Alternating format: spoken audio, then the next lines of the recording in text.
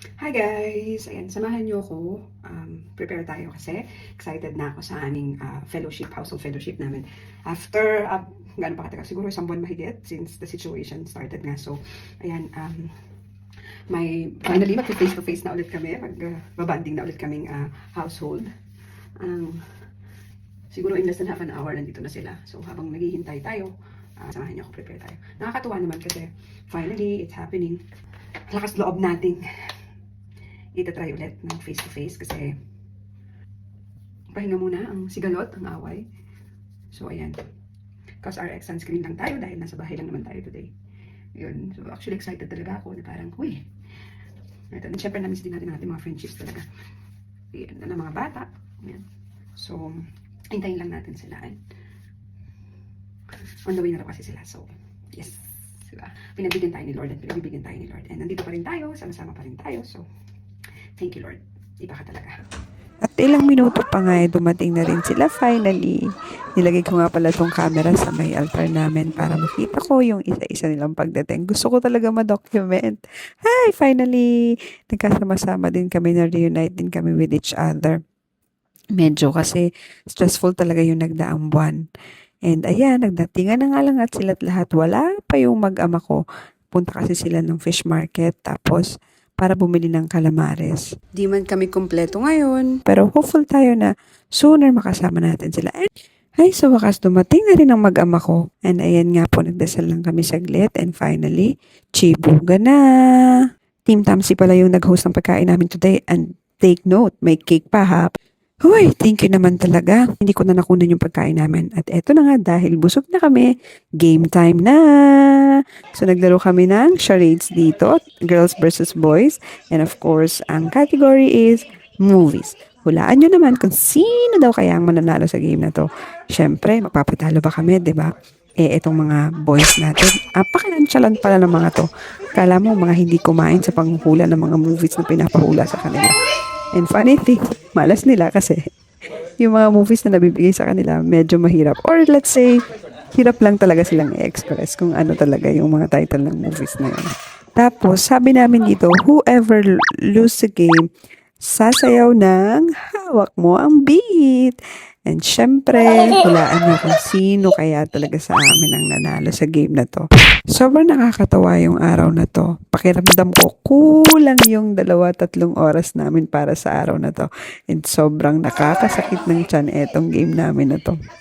Akalain mo yon, pakiramdam ko talaga natanggal yung mga hiya namin sa katawan namin. Sobrang, lalo na tong mga asawa namin. Sobrang utas talaga kami ng pagtawa dito. Doon mo napatunayan na kaming mga babae talaga sobrang dadaldal namin. At eto mga lalaking to parang men of few words talaga sila. Siguro kung meron man maingay ito, eto lang talagang asawa ko. Pambato ko kasi talaga ito. And hulaan nyo kung sino talagang nagwagi sa dulo. Siyempre, ang team girls. Ikaw ba naman ang ka-team namin? Si Sis Liza. O, diba? The ever-competitive and smart sis. And isama mo pa na may baby bump. O, diba? Mas swerte. Mas blessed ika nga. Dito ko lang din na-realize, wait, asan pala yung turn ni Bro Jojo? Parang, naging timer ka na lang bro. Hindi ko talaga, kahit i-rewind ko yung camera ko, hindi ko talaga mahanap na nag-take ng turn din si bro. Hindi ko alam kung hindi lang nag-record or shall I say, naisahan mo kami doon, ha? Anyhow, ang ending, hindi rin naman nakasayaw ang natalo. Kasi, at the end, ay, sobrang natouch naman kaming mag-asawa talaga. Kasi may ni-ready pa lang something yung household namin para sa aming mag-asawa. Pero bago muna pala yon, syempre, sinali din namin yung 2 bagets kasi sobrang, I know that, gusto talaga nilang sumali. And nakakatuwa naman kasi sobrang game din talaga sila and that they were able to express themselves pagdating sa game na to. Alam mo yung, gustong-gusto talaga nilang makijoin. Feeling ko they did enjoy as much as we did. And I guess it's really nice na isali namin sila sa activity so that, they would feel that it's really for our family at this time. At eto na nga, balik tayo dun sa sinasabi kong surprise na hinanda nila para sa amin. Our anniversary is coming. Tapos, ayun nga, yung plano ko rin na paglipat, ang possibility na hindi na kami masyado makasama sa activities ng community namin. But then again, I was really moved and I was really touched dun sa gesture na ginawa nila sa amin.